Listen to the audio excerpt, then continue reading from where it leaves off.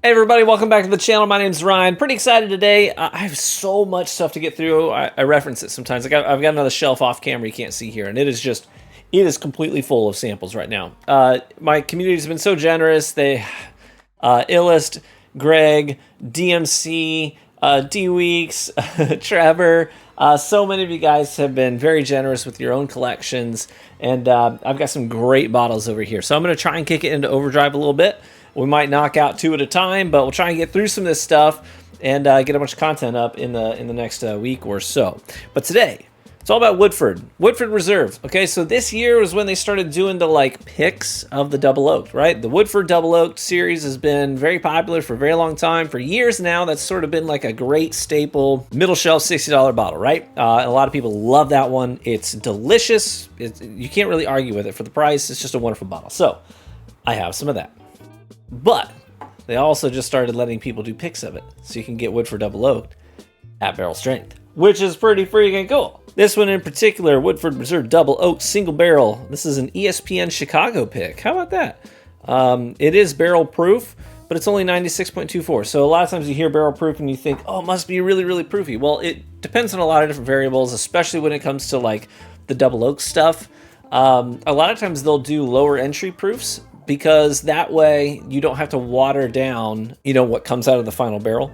They want a lower proof. They want the oak to be able to shine through. So if you do a lower barrel entry proof point, you end up with a spirit that's lower proof at barrel strength, like this one is. So the standard double oak bottle is 90.4 proof. This one is 96.24. And then just for kicks and giggles, here, we have batch proof Masters Collection from Woodford. This is actually the 2024 release, the 121.2 proof. But I see these every now and then on shelves, and I love the design of the Masters Collection bottles. But it's hard to know whether to pull the trigger because I just don't hear much about it. So we'll cover that one as well. So yeah, 121.2 proof. But the thing about Woodford Reserve is, their consistency really comes from their meticulous batching process, right? So a lot of times you don't get like single barrel stuff from them. So it'll be fun to try the single barrel of the double oak for sure, but also compare it against when they control all the variables and do their Masters Collection, which is batch proof, batch strength. In Woodford, they like triple distill, they do pot stills, they do column stills, and a mix of it all. So really interesting operation they got going on there. Anyways, enough talk. Let's start with the baseline here. Just the standard double oaked. I've had this a million times. You've probably had it several times too, I'm guessing. Always beautiful maple candies and brown sugar on the nose. Lots of those oak sugars and vanillins coming through big and bold. Creamy vanilla ice cream. Very sweet brown sugary oak. It's direct, it's to the point, it knows what it is. It's not trying to be hyper complex, it's just really sweet, yummy bourbon with plenty of dry oak there to help offset that sweetness. Beautiful sip, always is. 90.4 proof. Let's move on. And now, the good stuff we'll get in here. There is, this is probably the same fly that was in here when I recorded my video the other day. You got a whole house, dude. Go somewhere else. Why here? I don't get it. I hate these things. My kids leave the doors, like, I remember the other day I was just pulling into the driveway and my front door is wide open. I'm like, what is going on? And one of my kids just like, yeah, I came in the house and I didn't shut the door. Totally forgot to. I'm like, how do you forget to shut a door? I don't know. Parents, I'm sure you can relate. But here, slightly elevated proof point here on the single barrel, 96.24. So almost a full 6 proof points hotter, which isn't a ton, but it's some. It's noteworthy. I mean, I'm definitely getting that same double oaked vibe, the sweet brown sugary oak. But there's like a caramel dipped apple thing going on too. A little bit of like a bright red apple dipped in sticky caramel. Some of those Werther's original hard candies as well. I feel like we're getting a little bit more of the like, corn distillate, bourbon-y sort of qualities coming through with a slightly more elevated proof point on this. Interesting comparison for sure. Cheers.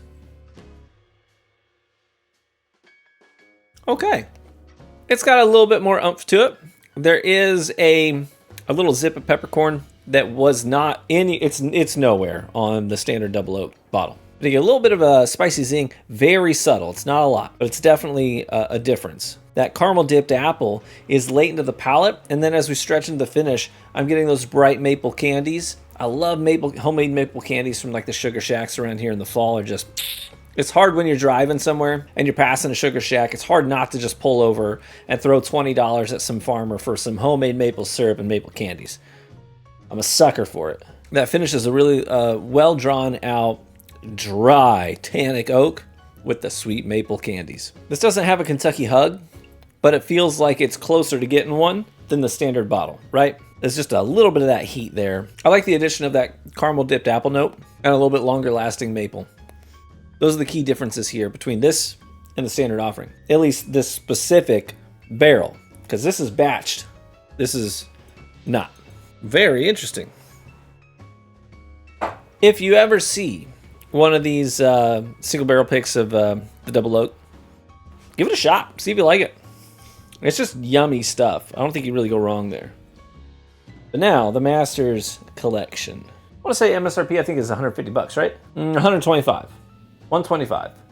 I usually see it for around 150. But the thing about these, it's a 700 milliliter bottle, right? It's not 750. I want my extra 50 milliliters. It is a cool looking bottle, though. I will give them that.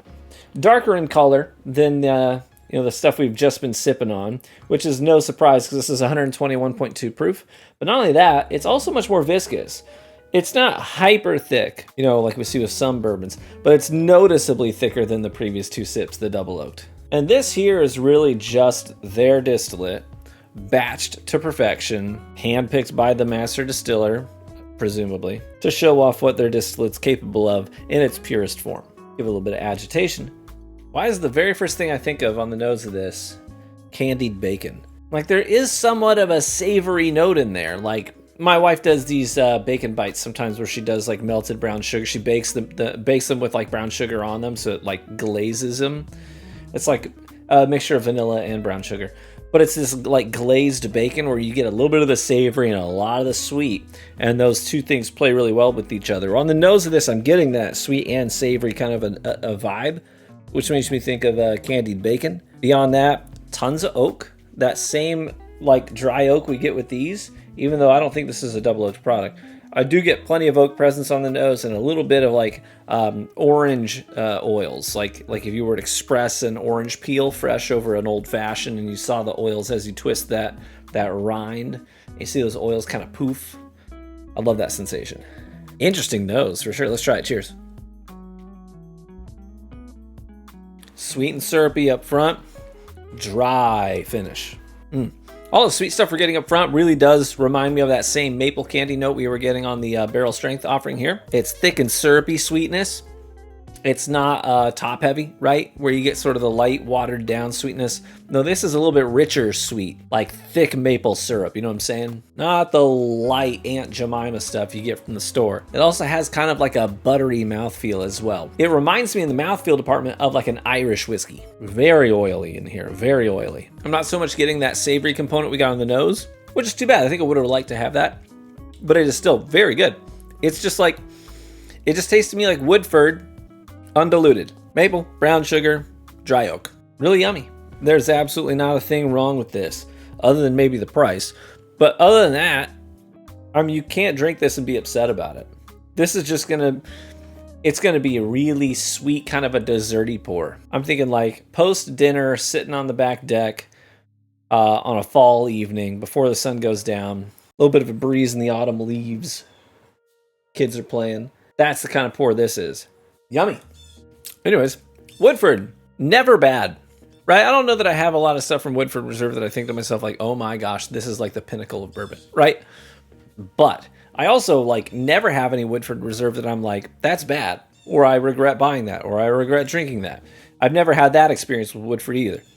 They're just always a comfort pour. Nothing fancy, nothing crazy, but sweet bourbon, always yummy. And they have maintained that for me today. Man, those birds are loud. Can you hear that squawking on the mic? I don't know if it's coming through the mic. Anyways, thank you so much, gentlemen, for sending these in. I appreciate you guys. I got a lot of stuff to get through. I'm very excited too. Some of these are like kind of top shelf stuff over here. I'm getting kind of excited. Not that I don't have good quality whiskey here in the house, but I also appreciate when I can drink really good whiskey and nothing from my inventory goes down. You know what I mean?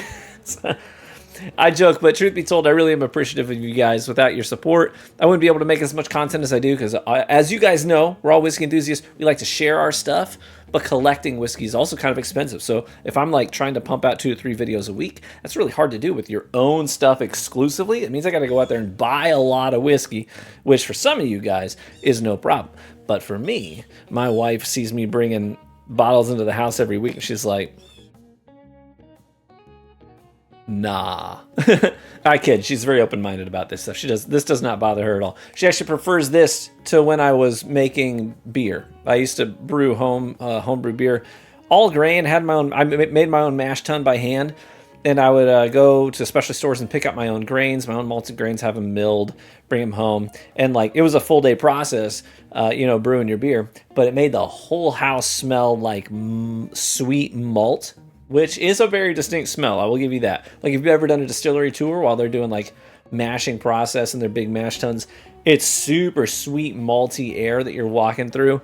And if you don't like that smell, it is a very strong smell. It's very potent. I like it. My wife does not. So she did not care for homebrew days.